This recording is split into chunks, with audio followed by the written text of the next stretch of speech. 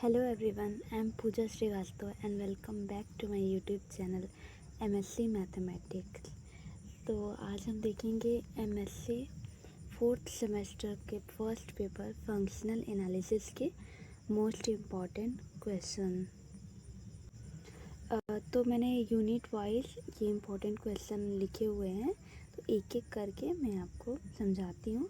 But इसमें एक चीज़ आप ध्यान दीजिएगा कि जो भी क्वेश्चन हाईलाइट है या फिर रेड पेन से मार्क्ड है वो मोस्ट इम्पॉर्टेंट है, इसको आपको स्किप बिल्कुल भी नहीं करना है। वैसे तो ये 20 की 20 क्वेश्चंस आपको तैयार करके जाने हैं एग्ज़ाम में, बट सबसे पहले जो क्वेश्चंस हाईलाइट है या फिर जो क्वेश्चन मार्क हैं वो आपको पहले करने हैं, ठीक है। तो ये फंक्शनल एनालिसिस पेपर है MSc फोर्थ सेमेस्टर मैथमेटिक्स का। तो आइए एक एक करके हम क्वेश्चंस को देखते हैं। यूनिट फर्स्ट में देखिए 5 मोस्ट इम्पॉर्टेंट क्वेश्चंस हैं। पहला है define a normed linear space, prove that every finite dimensional normed linear space is complete. And the second question है define Banach space, prove that every closed subspace of a Banach space is a Banach space। ये जो इस Banach space होता है वो बहुत important है, इसका डेफिनेशन ज़्यादातर एग्ज़ाम में पूछ लिए जाते हैं। तो अगर आप इसका थ्योरम नहीं पढ़ के जा रहे हैं तो कम से कम Banach स्पेस का डेफिनेशन तो ज़रूर से पढ़ ले, ठीक है। एंड द थर्ड क्वेश्चन है state and prove the equivalence of norm in finite dimensional vector space. इसमें मैं आपको एक चीज़ बताना चाहूँगी कि कभी कभी जैसे हमारे पास टाइम बहुत कम रहता है और हम नहीं पढ़ पाते, तो जैसे कोई थ्योरम है, ठीक है, आप उसका पूरा प्रूफ नहीं पढ़ पाएँ तो कम से कम उसका सिर्फ और सिर्फ स्टेटमेंट अच्छे से पढ़ ले, ताकि अगर एग्ज़ाम में आए तो उसका प्रॉपर आप डेफिनेशन प्रॉपर आप उसका स्टेटमेंट लिख देंगे तो भी आपको कुछ मार्क्स मिल जाएंगे, अच्छा इफेक्ट पड़ता है, ठीक है। तो आप पूरा क्वेश्चन स्किप करने से बेटर है कि कम से कम स्टेटमेंट पढ़ के जाएं, ठीक है। फिर आगे बढ़ते हैं हम क्वेश्चन नंबर 4 पे।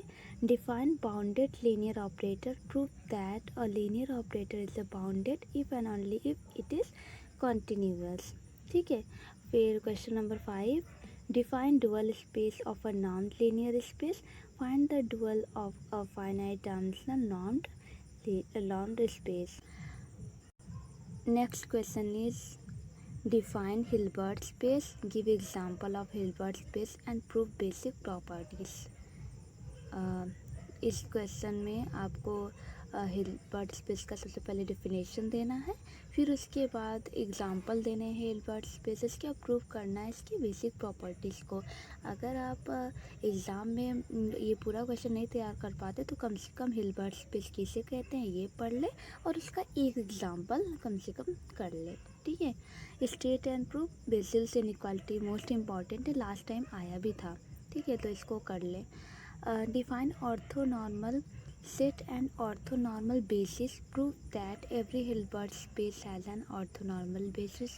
Question number 9 is state and prove the Riesz representation theorem for Hilbert spaces, important है। Define adjoint operator, prove that the adjoint of a bounded linear operator is unique, ठीक है। अब हम आगे देखेंगे क्वेश्चन नंबर 10 के 10 को।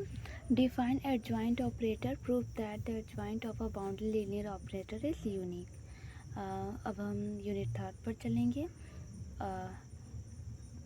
State and prove the Hahn Banach extension theorem, real और complex case. Define reflexive Banach space, prove that every Hilbert space is reflexive। Question number 13 state and prove the uniform boundedness principle।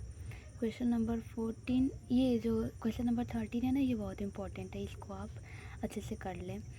Question number 14 है define strong convergence and weak convergence, give example and compare them.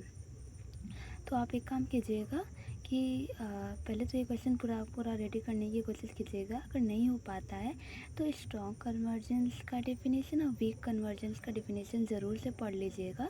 Specially week convergence बहुत important है, last time आया भी था। अब बात करते हैं क्वेश्चन नंबर 15 की। Prove that strong convergence implies weak convergence but not conversely. अब हम देखेंगे यूनिट 4 में। यूनिट 4 में जो क्वेश्चन नंबर 16 है, state and prove the open mapping theorem, also explain its importance in functional analysis. ये क्वेश्चन बहुत इंपॉर्टेंट है और क्वेश्चन नंबर 17 को मैंने हाईलाइट नहीं किया है, बट ये इंपॉर्टेंट है, आप इसे स्किप ना करें, आप इसे भी पढ़ कर जाएँ। State and prove the closed graph theorem so that a closed linear operator between Banach space is bounded। अब क्वेश्चन नंबर 18 है, define the spectrum and resolvent set of a bounded linear operator, explain different parts of the spectrum.